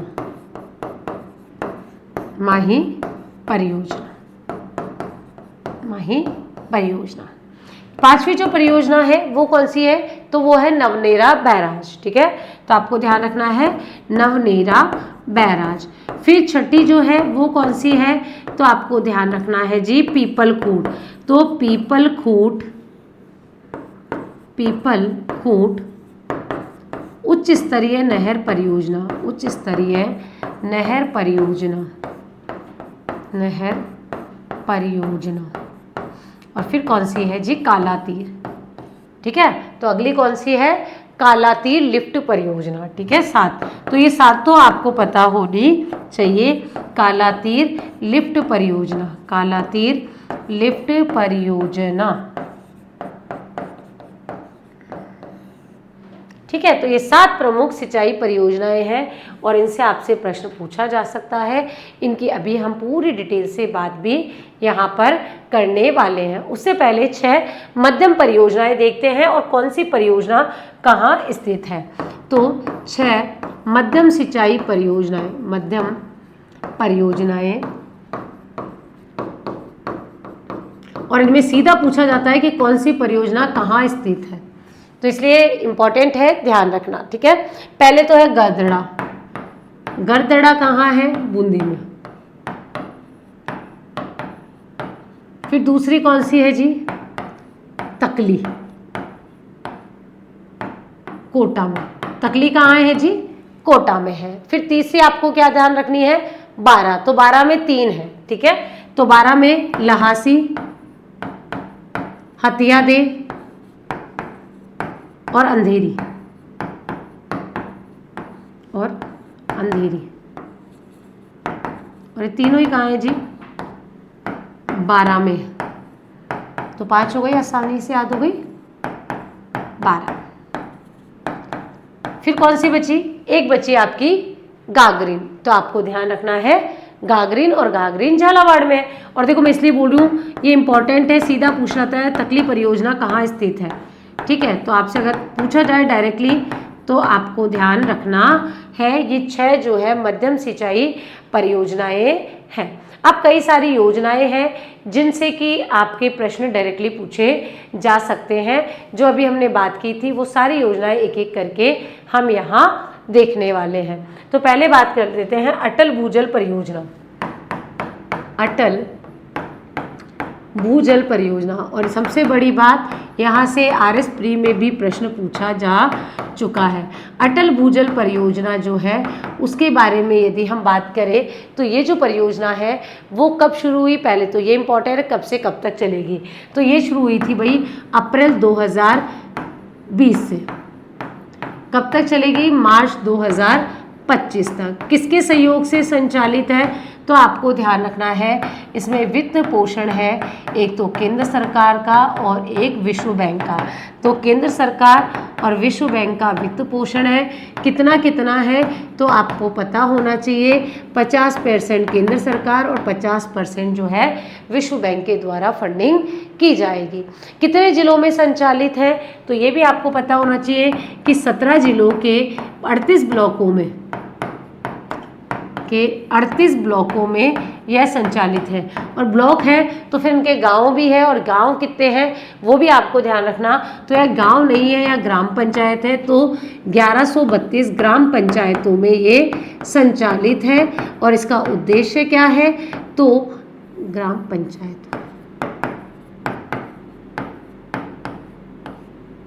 में संचालित है और इसका उद्देश्य है कि जो भी जल है उसका न्यायपूर्ण प्रयोग किया जाए, अच्छे से रेन वाटर हार्वेस्टिंग पर भी बल दिया जाए। अगली जो योजना है वो है परवन सिंचाई परियोजना, जो भी हमने वहद में पढ़ी थी। तो परवन सिंचाई परियोजना, देखो परियोजनाओं में 3-4 चीज़ें आपको ध्यान रखनी है। लाभान्वित जिले कौन से हैं, कहाँ पर स्थित है, किस नदी पर है, ये सारी चीज़ें आपको पता होनी चाहिए। तो परवन आपको पता ही है कि परवन नदी कहाँ है, तो ये परवन नदी पर स्थित है। और परवन नदी का फिर कहाँ पर स्थित है, तो झालावाड़ में। फिर हम बात करें कि इससे कौन कौन से जिले लाभान्वित है, तो 3 जिलों को आपको ध्यान रखना है, यानी सिर्फ बूंदी को हटा दो तो बाकी इसमें शामिल है। तो लाभान्वित जिले हैं कोटा, बारा और झालावाड़, यानी हाड़ौती का सिर्फ एक बूंदी इसमें शामिल नहीं है, बाकी जो है तीनों जिले शामिल हैं। अब इसमें अगर हम बात करें कि सिंचाई कितने को मिलेगा, पेयजल कितने को मिलेगा, तो इसमें 337 गांवों को तो क्या मिलेगी, सिंचाई की सुविधा, सिंचाई सुविधा मिलेगी। और यही मिलेगी, बिल्कुल। तो और क्या मिलेगी जी भाई, सिंचाई मिलेगी तो पेयजल भी मिलेगा। तो पेयजल कितनों को मिलेगा, तो 1402 गांवों को पेयजल सुविधा भी मिलेगी, पेयजल सुविधा भी इसके तहत दी जाएगी। तो पेयजल सुविधा भी आपको ध्यान में रखनी है, ठीक है। फिर अपन बात करें कि ये नवनेरा बैराज क्या है, ये कहाँ पर है। और पता है पिछले 3-4 इकोनॉमिक सर्वे में एक ही लाइन इसमें डिफ़ॉल्ट रूप से लिखी जाती है, नवनेरा बैराज। और इसमें एक लाइन जो डिफ़ॉल्ट है वो क्या है कि यह है राजस्थान पूर्वी नहर परियोजना, पूर्वी नहर परियोजना का अभिन्न अंग है, सबसे इंटरेस्टिंग बात कि अब ये जो राजस्थान पूर्वी नहर परियोजना है जिसे हम ERCP कहते थे, अब पहले इसका नाम बदला गया, पार्वती चंबल काली सिंध रखा गया।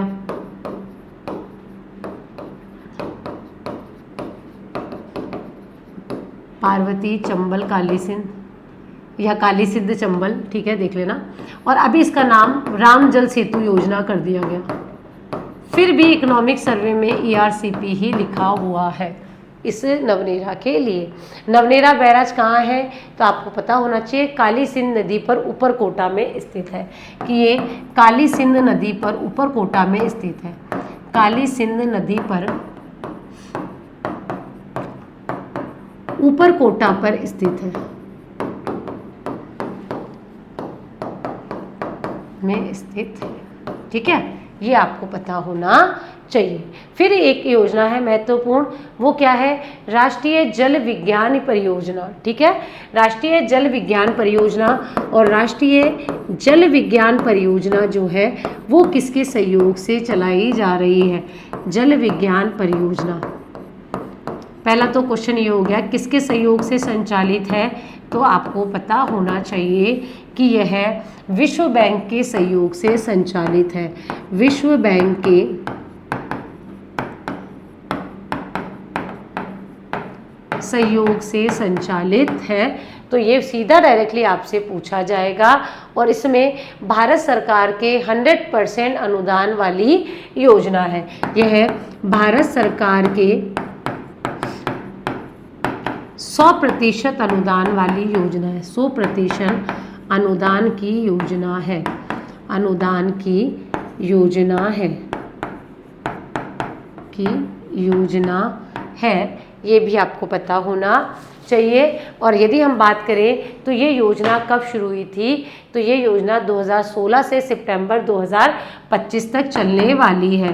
तो सितंबर 2016 से जो है ये आपकी 2025 तक चलेगी योजना। इतना तो डिटेल में नहीं पूछा जाएगा इवन छोटे एग्जाम में, तो ये भी आपको पता होना चाहिए कि 2016 से चलेगी और 2016 से जो है ये सितंबर 2025 तक संचालित होगी। किया क्या जाएगा, सिंपल सा है, जल विज्ञान योजना, यानी जितनी भी योजनाएं हैं उसमें विज्ञान का जो है इनपुट डाला जाएगा, यानी जो वर्षा भूजल मापी है, ठीक है, ये सब चीज़ों का यूज़ किया जाएगा, या जो ग्राउंड लेवल वाटर है उसका पता लगाया जाएगा। ये सारे कार्य इसके तहत किए जाएंगे। और इसी के तहत एक पद्धति होती है स्कोडा पद्धति। तो जो स्कोडा पद्धति है उसको लगाया जाएगा। स्कोडा पद्धति क्या है कि जो सॉफ्टवेयर के माध्यम से डेटा को कलेक्ट किया जाएगा, उसे एनालिसिस किया जाएगा और फिर पता लगाया जाएगा कि भूजल की स्थिति क्या है। और राज्य के 7 बांधों पर स्कोडा प्रणाली को लागू किया गया है। तो यहाँ से आपसे प्रश्न पूछा जा सकता है कि राज्य के 7 बांधों पर स्काडा पद्धति को लागू किया गया है, स्काडा प्रणाली को लागू किया गया है, को लागू किया गया है। अब ये जो 7 हैं वो कौन से हैं वो हमें पता होने चाहिए। पहला तो है देखो माही, दूसरा है बीसलपुर, तीसरा कौन सा है जवाई, तीसरा है जवाई, 3 तो हो गए। एक फिर आपका आ गया आपका राणा प्रताप सागर, जवाहर सागर और गुड़ा, ठीक है। चौथा आ गया गुड़ा, राणा प्रताप सागर,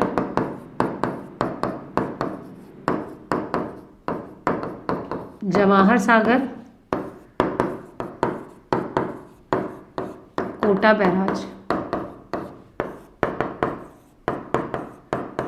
और 2 नहरें भी हैं, प्लस है 2 नहरें जिस पर इस पद्धति को लागू किया गया है। और दोनों नहरों में एक है गंगा भाखड़ा और एक है नर्मदा नहर, ठीक है। तो एक है गंगा भाखड़ा और एक है नर्मदा नहर, गंगा भाखड़ा और नर्मदा नहर। तो 2 नहरें और जो है 2 नहरों पर यह प्रणाली लागू की गई है और इसके माध्यम से टेक्नोलॉजी के प्रयोग के माध्यम से कार्य संचालित किया जा रहा है। एक आपको ध्यान रखना है, मुख्यमंत्री जल स्वावलंबन अभियान ये पहले भी चला था 2016 में, तब उससे आरएस में प्रश्न भी पूछा गया था। तो हो सकता है अभी भी इससे पूछा जाए मुख्यमंत्री जल स्वावलंबन योजना, मुख्यमंत्री जल स्वावलंबन अभियान, जल स्वावलंबन अभियान 2.0,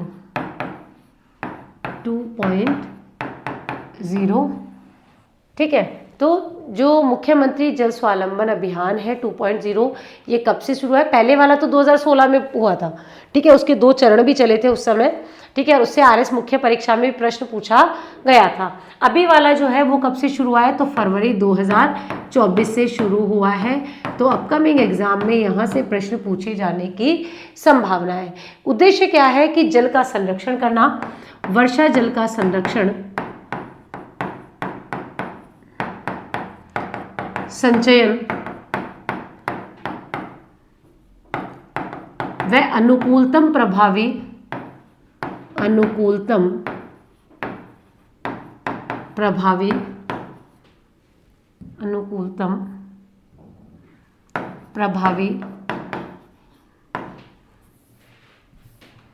उपयोग सुनिश्चित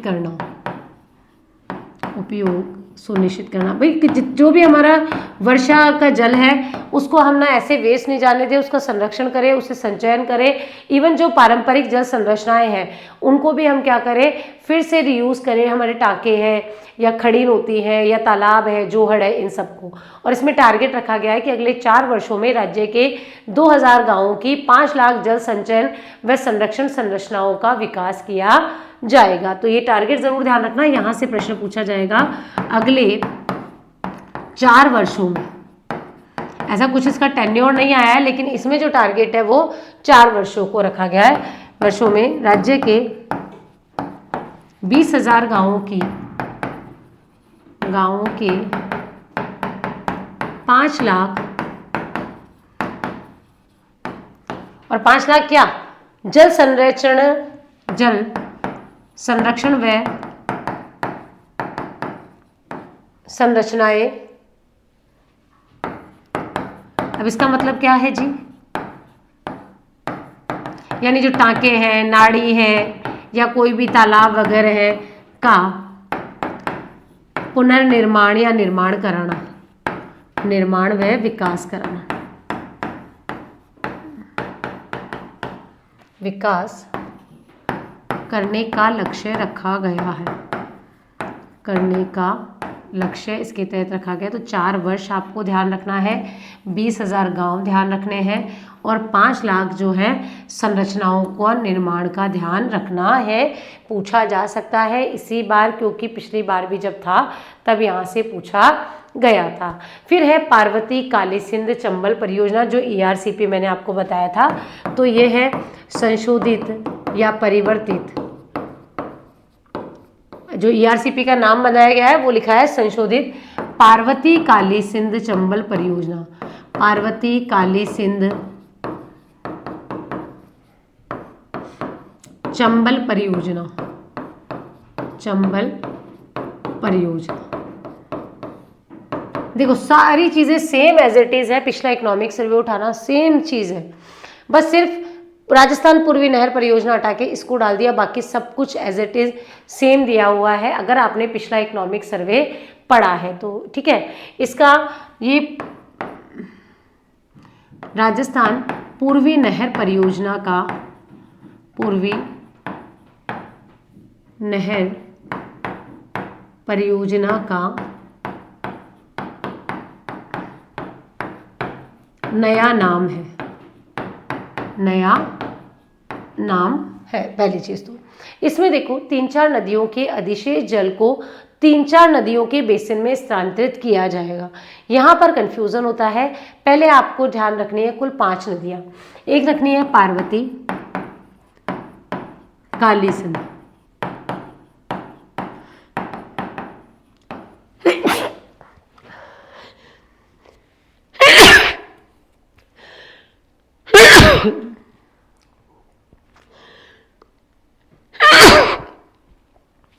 ठीक है सॉरी, मेज, कुन्नू और कुल। देखो ये 5 नदियां हैं मेन, तो आपको ध्यान रखनी है इन 5 नदियों, कुल नदियों के अधिशेष जल को, के अधिशेष जल को, अधिशेष मानसूनी वर्षा जल को, ठीक है। तो आपको ध्यान रखना है जितना भी मानसूनी जल है, ठीक है, क्योंकि बारिश में मानसूनी आती है, कोई 12मासी नदियाँ तो है नहीं, मानसूनी जल को किस में डाला जाएगा, एक तो बनास को, बनास, और क्या ध्यान रखना है, ब से बाणगंगा, क्योंकि इनमें ही कंफ्यूजन होता है, ठीक है। तो बनास, बाणगंगा, गंभीरी, पार्वती और मोरेल, मोरेल, पार्वती, गंभीरी नदियों के बेसिन में, नदियों के बेसिन में हस्तांतरित किया जाएगा, में किया जाएगा। यानी कुल मिला के ये जो नदियां हैं इनके जल को उठा के इसमें डाल देंगे, जिससे यहाँ पर भी क्या हो, पेयजल की और सिंचाई की समस्या ना आए। अब देखो इसमें अगर हम बात करें तो पेयजल कितनों को मिलेगा, कितने लोगों को और कितने जिलों को, तो इसमें जो पेयजल की सुविधा है वो किसको मिलेगी, तो आपको जिलों की संख्या भी ध्यान रखनी है। इस वाले इकोनॉमिक सर्वे में है 17 जिले, ठीक है। तो 17 जिलों के 32.5 मिलियन लोगों को लाभ मिलेगा, लोगों को इसके तहत क्या मिलेगा जी, लाभ मिलेगा। तो 17 जिले आपको ध्यान रखना है। फिर हम बात करें जलापूर्ति, तो लगभग जो है जलापूर्ति की, तो जलापूर्ति होगी 1,52,000 क्षेत्र में, तो 1,52,000 क्षेत्र में क्या होगी, जलापूर्ति होगी।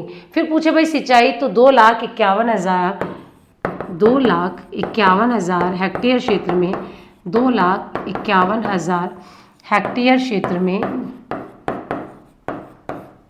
क्या होगी, सिंचाई की सुविधा प्रदान की जाएगी, नई कृषि भूमि को सिंचाई दी जाएगी। पहले वाले को नहीं, ये होगी नई कृषि भूमि को सिंचाई। मैं इसलिए बोल रही हूँ ये इम्पोर्टेंट है क्योंकि इसका नाम अब राम जल सेतु योजना कर दिया गया है, तो अब ये इस नाम से नहीं पूछी जाए, हो सकता है किसी और नाम के तहत आपसे ये पूछी जाए, तो इसको आपको ध्यान रखना है। फिर ध्यान रखना है ऊपरी उच्च स्तर नहर, ठीक है, ऊपरी उच्च स्तर नहर, ऊपरी उच्च स्तर नहर माही स्तर, माही नहर, माही नहर, ठीक है। ये जो नहर है इसमें 2 चीज़ें आपको ध्यान रखनी है, एक तो सूक्ष्म सिंचाई प्रणाली का प्रयोग किया जाएगा, बांसवाड़ा, कुशलगढ़ और बागीदोरा विधानसभा क्षेत्र के क्षेत्रों को यहाँ से सिंचाई की सुविधा प्राप्त होगी। तो इसमें सूक्ष्म सिंचाई प्रणाली का प्रयोग किया जाएगा। सूक्ष्म सिंचाई प्रणाली का प्रयोग किया जाएगा। प्रणाली का प्रयोग किया जाएगा पहला। तो दूसरा इससे जो है बांसवाड़ा, कुशलगढ़ और बागीदोरा। और बागीदोरा आपको पता है बीच में बहुत चर्चा में हुआ था एक विधायक को लेके, बागीदोरा करप्शन के केस में विधानसभा क्षेत्र के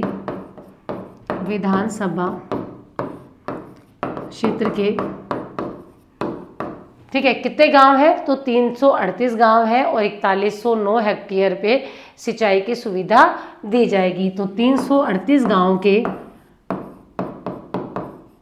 इसको आप अंडरलाइन कर लें, कितने क्षेत्र को? तो आपको ध्यान रखना है कि 41,903 हेक्टेयर क्षेत्र को सिंचाई सुविधा प्रदान की जाएगी। सिंचाई सुविधा प्रदान की जाएगी। तो ये भी आपको ध्यान में रखना है, यहाँ से भी आपसे प्रश्न पूछा जा सकता है। फिर एक हमने बात की थी, याद है, पीपल खूट उच्च स्तरीय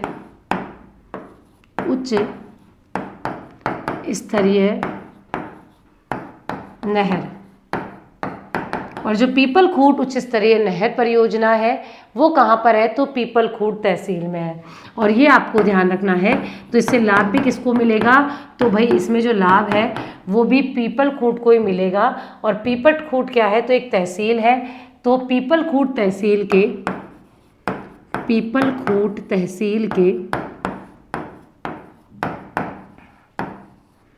अब ये डेटा आपको पता होना चाहिए। कितने गांव भाई? 16 गांव और 5000 हेक्टेयर असिंचित क्षेत्र में स्प्रिंकलर से सिंचाई की सुविधा दी जाएगी। तो कि 16 गांवों के 5000 हेक्टेयर क्षेत्र में, 5000 हेक्टेयर असिंचित क्षेत्र में, जो सिंचित नहीं है, पहले से सिंचाई नहीं है, सिंचित क्षेत्र में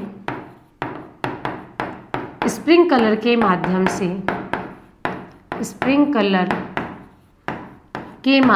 से सिंचाई की सुविधा प्रदान की जाएगी। सिंचाई सुविधा प्रदान की जाएगी। ये भी ध्यान रखना है। एक तो स्प्रिंकलर ध्यान रखना, गांव कितना हेक्टेयर क्षेत्र और असिंचित क्षेत्र को ही इसके तहत क्या दी जाएगी? तो सिंचाई की सुविधा दी जाएगी। फिर एक है नर्मदा नहर परियोजना। और नर्मदा नहर परियोजना से आरएस प्री में भी प्रश्न पूछा जा चुका है। तो नर्मदा नहर परियोजना, और नर्मदा नहर परियोजना में जो सबसे इम्पॉर्टेंट फैक्ट है जहाँ से एग्ज़ाम में प्रश्न पूछा जा चुका है वो है कि यह भारत की प्रमुख सिंचाई परियोजना है जिसमें स्प्रिंकलर पद्धति का प्रयोग अनिवार्य किया गया है। यह भारत की प्रमुख सिंचाई परियोजना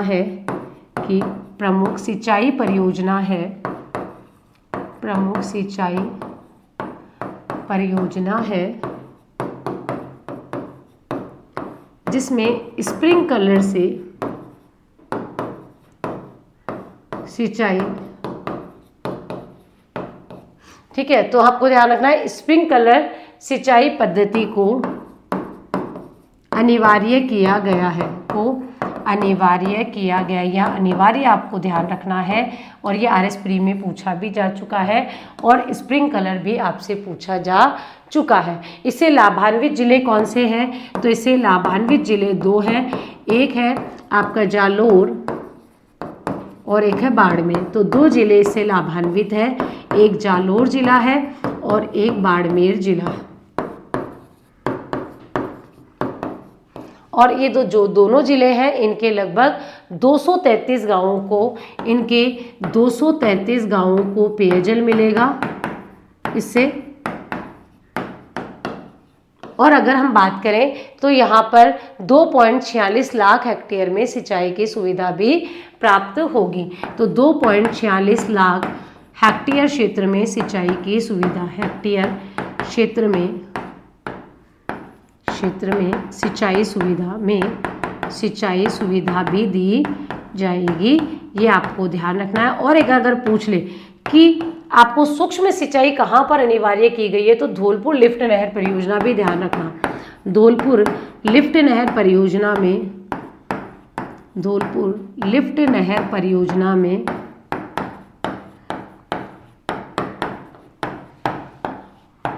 सूक्ष्म सिंचाई प्रणाली को अनिवार्य किया गया है। सूक्ष्म सिंचाई प्रणाली को अनिवार्य किया गया है। प्रणाली को अनिवार्य किया गया है।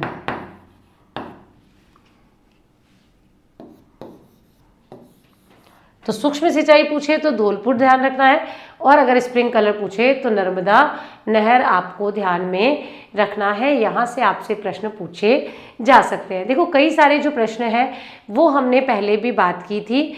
जैसे इसके हमने जब बाह्य सहायतित योजनाएं पढ़ी थी, तो बाह्य सहायतित परियोजनाओं में कई सारी योजनाएं थी जो हमने पढ़ी थी। यहाँ से राजस्थान जल क्षेत्र पुनर्संरचना वाली योजना, ये सारी हमने वहाँ पर पढ़ी थी। एक आपको यमुना जल समझौता भी ध्यान रखना है। क्या ध्यान रखना है? यमुना जल समझौता। यमुना जल समझौता। और यमुना जल समझौते में अगर हम बात करें तो यहाँ पर यमुना जल पर जो है 1994 में समझौता हुआ था। और इस समझौते के हिसाब से अगर हम बात करें तो जो ताजेवाला हेड है उसका जो पानी है वो राजस्थान को आवंटित किया गया था। और 17 फरवरी 2024 को राजस्थान और हरियाणा के बीच इसके लिए एक MOU पर भी साइन किए गए हैं, जिसमें ताजेवाला हेड से सीकर, चूरू, झुंझुनू और राजस्थान राज्य के अन्य क्षेत्रों में भूमिगत परिवहन प्रणाली के माध्यम से पेयजल और अन्य आवश्यकताओं को पूरा किया जाएगा। ठीक है, तो ये आपको ध्यान रखना है कि यमुना जल पर मई 1994 में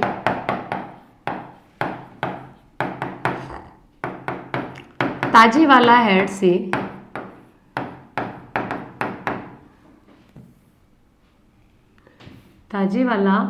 से राजस्थान को जल आवंटन पर सहमति बनी थी। जल आवंटन पर सहमति दी गई थी कि भाई हम ताजेवाला हेड जो है उसे जो पानी है जो हथिनी कुंड बैराज है उस पर मानसून अवधि यानी जुलाई से अक्टूबर तक जो है पानी राजस्थान को आवंटित करेंगे। फरवरी या मार्च वाली सूजस में देखना जो भजन लाल जी हैं और ये जो समझौता होती है उसकी कई सारे मतलब जो प्रतीकात्मक जल लिया गया था यमुना का, ऐसी पिक्चर्स भी आपको देखने को मिलेगी। तो 17 फरवरी 2024 को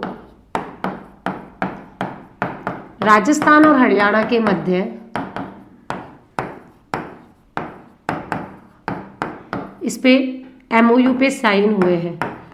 MOU पर हस्ताक्षर भी किए गए हैं। और हस्ताक्षर करके क्या किया गया है तो इसमें बुलाए गए ताजेवाला हेड से जो जल है, ताजेवाला हेड, ठीक है, इससे हम पानी देंगे। किसको देंगे? तो इसमें ताजेवाला हेड से जो है पानी दिया जाएगा, यानी हथिनी कुंड बैराज से पानी सीकर, झुंझुनू और चूरू को दिया जाएगा। हथिनी कुंड बैराज से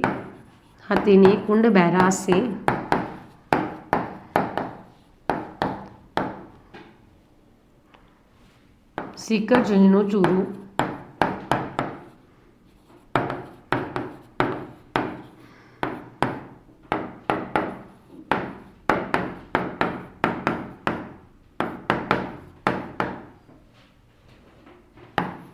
अन्य क्षेत्रों को भूमिगत जल परिवहन प्रणाली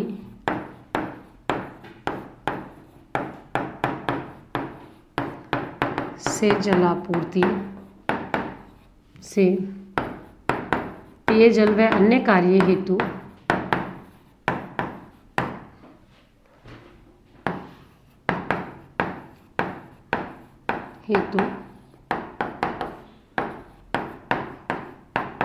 जल उपलब्ध कराया जाएगा। तो ये ध्यान रख लेना क्योंकि ये इकोनॉमिक सूजस में भी पूछा गया है।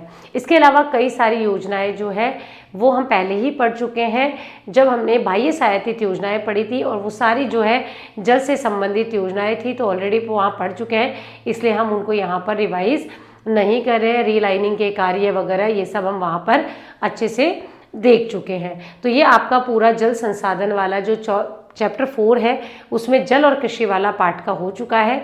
इसके बाद हम जो है उद्यानिकी वगैरह के बारे में ये चर्चा करेंगे अगली क्लास में, और वहाँ पर हम डिटेल में उद्यानिकी भंडारण वगैरह जो है उनके बारे में, या जो निवेश संवर्धन नीति है, विपणन की क्या क्या स्थिति है, ठीक है, उनके बारे में और अच्छे से बात करेंगे। पशुधन के बारे में, क्योंकि पशुधन अभी हमने पढ़ा नहीं है, पशुपालन भी हमने पढ़ा नहीं है, तो पशुधन का विकास है, पशुधन का कल्याण है, गोपालन है, गोपालन के लिए क्या क्या कार्य हो सकते हैं, डेयरी विकास है, उससे संबंधित चीज़ें हैं, मत्स्य से संबंधित चीज़ें।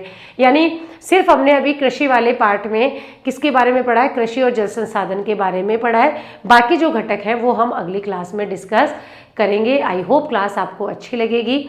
इसको आपको ज़्यादा से ज़्यादा शेयर करना है। इवन जो स्टूडेंट PSI RS या आपका वीडियो का एग्ज़ाम दे रहा है उसके लिए तो बहुत ही बेहतरीन क्लास है, ज़बरदस्त क्लास है। इतना डिटेल में और इतना वेल एक्सप्लेन वे में आपको कंटेंट और प्लस कॉन्सेप्ट की क्लास अवेलेबल नहीं होती है, ठीक है। तो ये आपको ज़्यादा से ज़्यादा शेयर करनी है, कमेंट करनी है, लाइक करनी है। मिलेंगे अगली क्लास में। Thank you so much.